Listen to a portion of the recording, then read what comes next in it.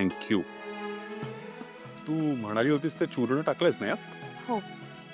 नाही, मला एकनाथराव म्हणाले होते की तुमच्या गावाकडच्या वैद्याकडे पोटाच्या तक्रारींवर चांगलं औषध आहे. मी म्हटलं बघूया काही उपयोग होतोय का.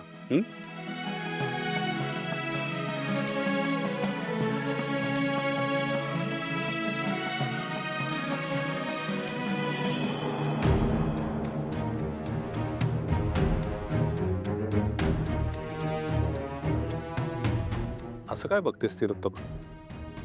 अगं खरंच त्या गावाकडच्या वैद्यांकडे बरेचदा खूप चांगली औषधं असतात. असतील ना. मी कुठे काय बोलले? बरं, तुझं औषधावर काही म्हणणं नाही, पण सावलीवर हा जो आरोप होतोय त्याबद्दल तुझं काय म्हणणं आहे? आरोप?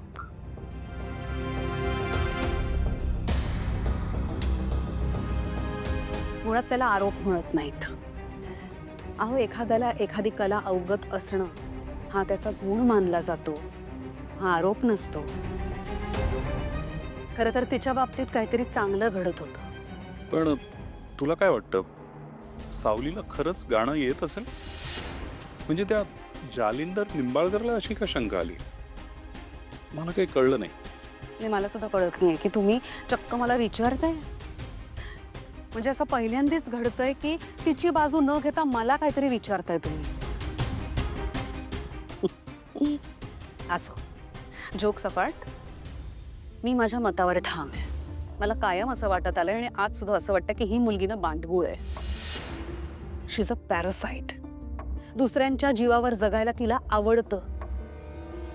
माझ्या लेकाला बळकावलंय ते ना. आणि आता ज्या ताराच्या आवाजावर जगतीये तिच्या आवाजावर हक्क सांगायचा प्रयत्न करते ही मुलगी. पण मग भैरवीला कशाची भीती वाटत असेल? असं काय करताय? भैरवी कलाकार आहे.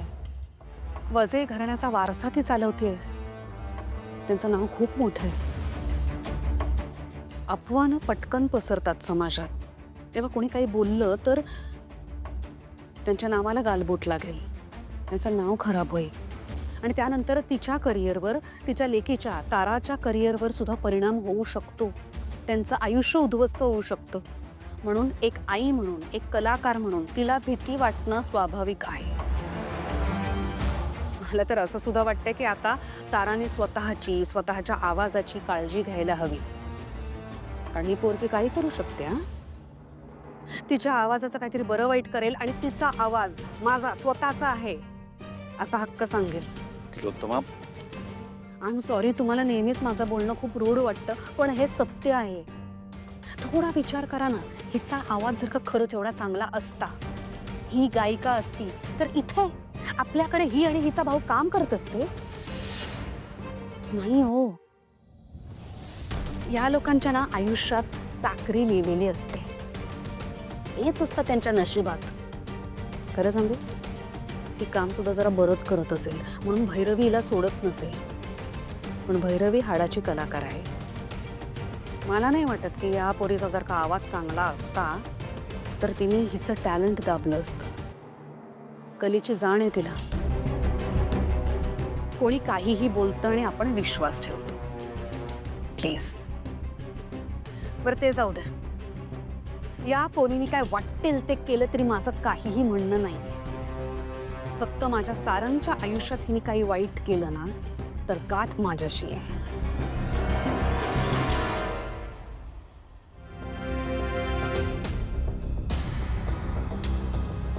कारण या गाण्याच्या मागे कोणाचा आवाज आहे ते आता सगळ्यांच्या समोर येणार आहे. सावली, माना गाणं माना. तुझ्या आयुष्यातलं सत्य जोपर्यंत जगासमोर येत नाही तोपर्यंत ही स्पर्धा जिंकणं अशक्य आहे. आणि हा माझा शब्द आहे. वहिनी, सारंग, तू सावलीला गायला बोलवलं त्याचाच विचार करतोयस का? हो वहिनी. खरं तर मी पण तोच विचार करत होते की सावली गाते हा विचार जालिंदर निंबाळकर यांच्या मनात आलाच कसा? नाही म्हणजे तुला काही कल्पना होती का याची? माझ्या कल्पनेच्या पलीकडचं आहे. मग हे चित्र कोण स्पष्ट करेल? सावली. फक्त आणि फक्त सावली सांगू शकते. मग तू बोलशील तिच्याशी, कारण ती तुझ्याशी खोटं नाही बोलणार. विचारतो मी तिला. वहिनी, दादा कुठे? आले नाही आहेत ते अजून. नाही म्हणजे आले होते, पण परत एका कामासाठी गेलेत ते बाहेर. नेहमी असंच उशीर करतो का? हे नेहमी असा उशीर होत नाही, पण कधी कधी कामाचा व्याप असतो किंवा काही टेन्शन असतं, तेव्हा होत असतो त्यांना उशीर. आणि त्यात आता आई चिडल्यात त्यांच्यावर, त्यामुळे आज नक्कीच उशीर होईल. एक विचारू? हं? दादा तुला सगळं सांगतो ना? हो, म्हणजे नवरा बायकोत जेवढं बोलणं होतं तेवढं होतंच. अशी कुठली गोष्ट आहे का जी मला माहिती नाही आहे किंवा मला सांगितली नाही आहे त्याने? सारंग एक वेळ ते मला नाही सांगणार, पण तुला न सांगता राहणार नाही.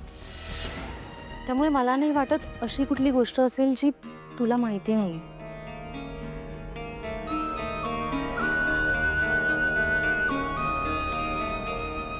सावलीशी बोलायला हवं.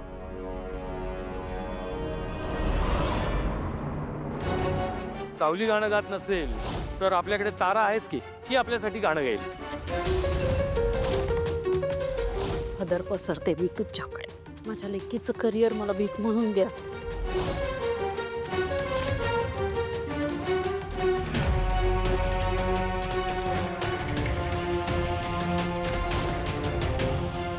मम्मा, हे घे पाणी. ए मूर्ख मुली, नीट बघून चालता येत नाही तुला? सॉरी मम्मा, ते हे घे, नकोय मला. अभिनंदन अभिनंदन भैरवी वजे, अभिनंदन. या, खूप कष्टानं तुम्ही स्वतःला वाचवलं म्हणून अभिनंदन करायला आलो. घ्या.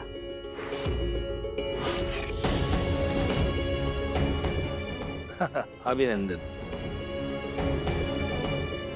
बिलकुल. शेवटी तुमच्यासारखे हितचिंतक आहेत म्हणून हे साध्य झालंय. पण तुम्ही किती शुभेच्छा दिल्या ना जगन्नाथराव, तरी त्याचा काहीच उपयोग नाहीये. कारण तुमची लेक, लाडकी लेक, शेवटी माझ्याच बाजूने बोलली.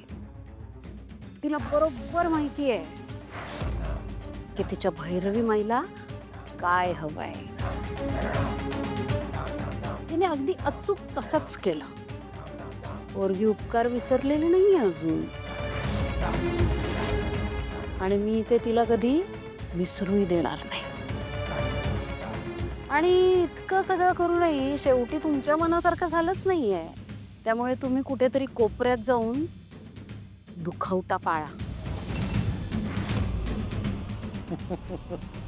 बर. कॉन्सर्ट होऊ नये म्हणून प्रयत्नांची पराकाष्ठा केली. शेवटी काय झालं? जालिंदर समोर गुडघे टेकलेच ना. काय ग? कारण देवाचं तुझ्यावर बारीक लक्ष आहे. चुकतोयस, खूप चुकतोयस. जशी तुझी बुद्धी कोती आहे ना, तसा तुझा विचारही कोताच आहे. तू आत्ताच बघतोयस, मी खूप लांबचं बघतीये जगन्नाथ. कधी कधी वेळ प्रसंगी 2 पावलं मागे येऊन घेतलेली माघार ही अवेळी जिंकलेल्या युद्धापेक्षाही खूप फायद्याची असते. बघ ना, तू इतकं सगळं काय काय केलंस, पण त्याचा काय उपयोग झाला? काहीच नाही. शेवटी तुझ्याही प्लॅनच्या चिंध्या झाल्याच. तुझ्या तरी मनासारखं कुठं झालंय रे? खरं तर त्याचं दुःख आहेच काय ग अलका, पण ते दुःख ना आपण वेगळ्या पद्धतीने साजरं करायला पाहिजे. ही वेगळी पद्धत बघायची. दाखव अलका.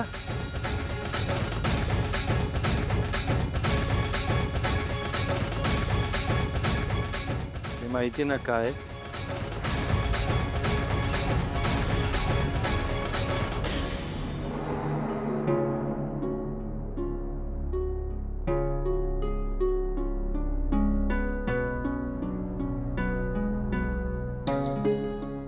तुला माहिती आहे मी इथे का आलोय. सावली, बघ मला कल्पना आहे की आपलं नातं वेगळं आहे, पण आपल्यात चांगली मैत्री आहे. मला आशा आहे की तू माझ्यापासून काही लपवत नाहीयेस. स्पष्ट विचारतो तुला सावली मी. ताराचे असिस्टंट आहेस तू. तू तारासोबत असतेस, प्रत्येक कार्यक्रमात तिच्यासोबत असतेस तू. भैरवीजी स्वतःहून तुला इथे घ्यायला येतात. आज जालिंदर निंबाळकरांनी असं का म्हटलं की तो आवाज तुझा होता?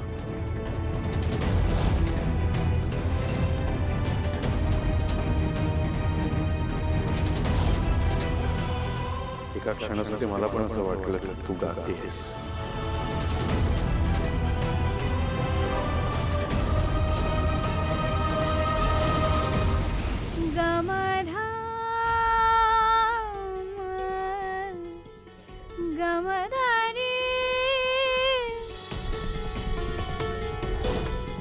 बघ सावली, सगळं माझ्या नजरेसमोर येत आहे, पण एक चित्र मिसिंग आहे.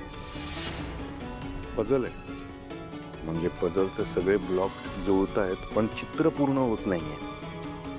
सरळ सरळ मी तुला प्रश्न विचारतो सावली, तू खरंच काही आमच्यापासून लपवत नाहीयेस?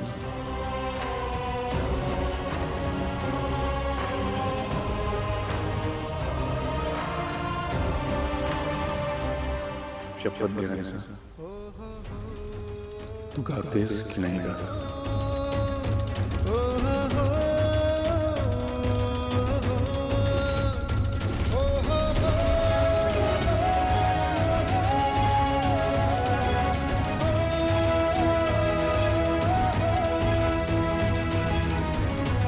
स्वरयज्ञ संगीत स्पर्धेचं फायनलचं पोस्टर.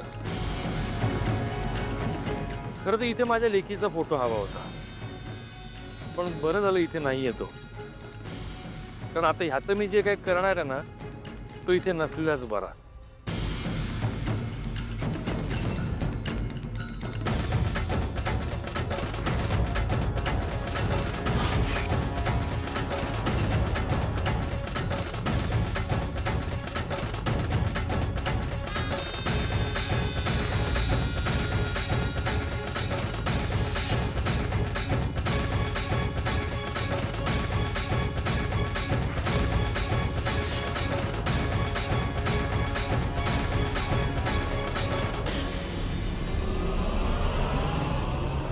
काय झालं?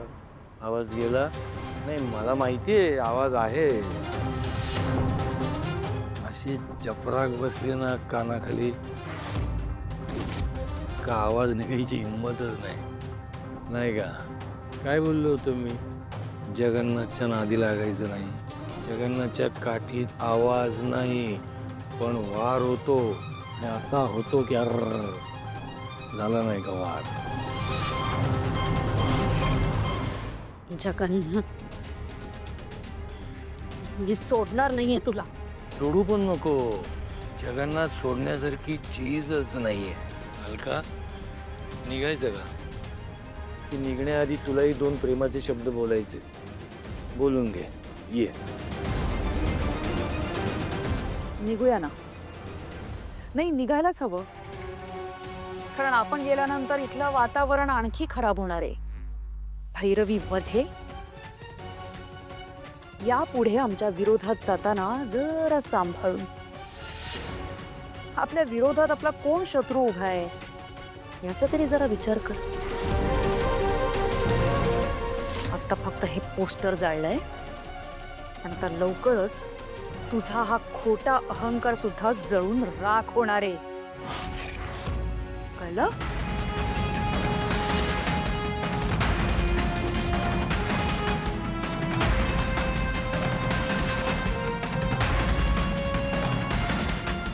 चला. चला.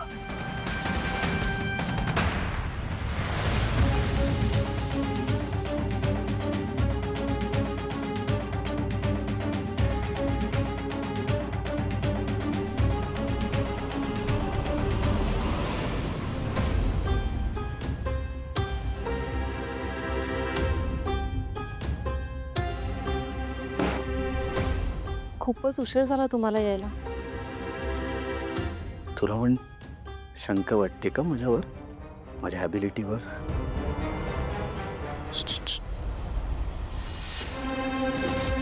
ऐका ना, प्लीज असं चिडू नका ना तुम्ही.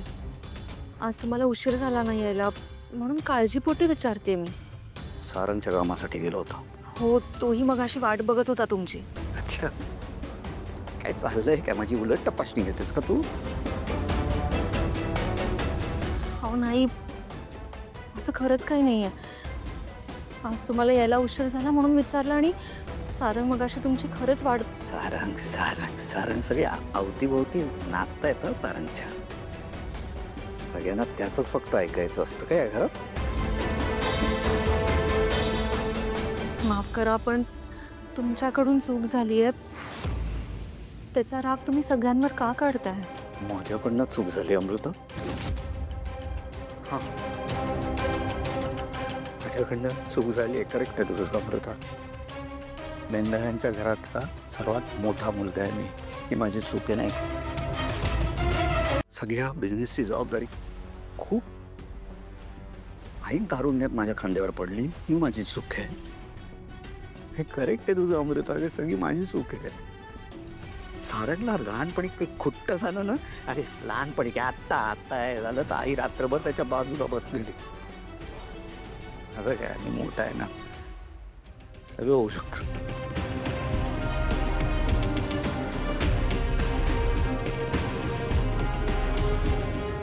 आपल्याला मूल होत नाहीये ही पण माझी चूक आहे नाही का? या घरातले सगळेजण एक्सपेक्ट करतायत की या घराण्याला वंश राजकुमारकडनं मिळावा, पण तो मी देऊ शकत नाही. ही माझी चूक आहे.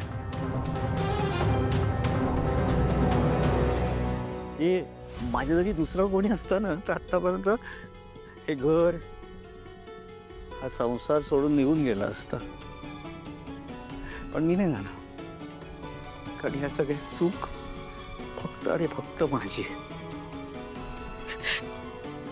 तुझी काही चूक नाही अमृता.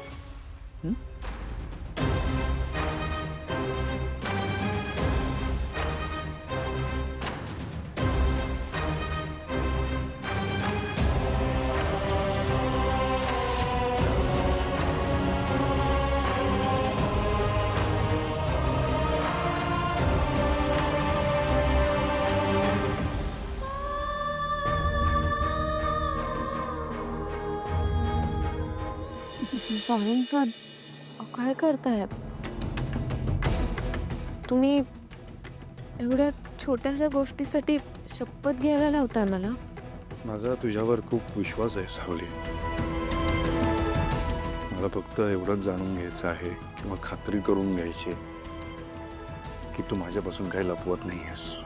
बस. तू, तारा, भैरवी वजे, गाणं त्याचा काय संबंध आहे?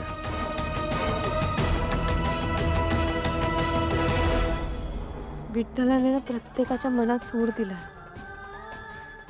श्रद्धेनं त्याची आळवणी करायला. आणि तुम्हाला माहिती आहे ना, विठुराया नेहमी माझी परीक्षा बघत असतो. यावेळी सुद्धा बघतोय तो. आणि सारंग सर, विठ्ठलाने वजे घराण्याला सुरांनी गौरवलंय म्हणून मी रमते तिथे. सत्य काय आहे सावली?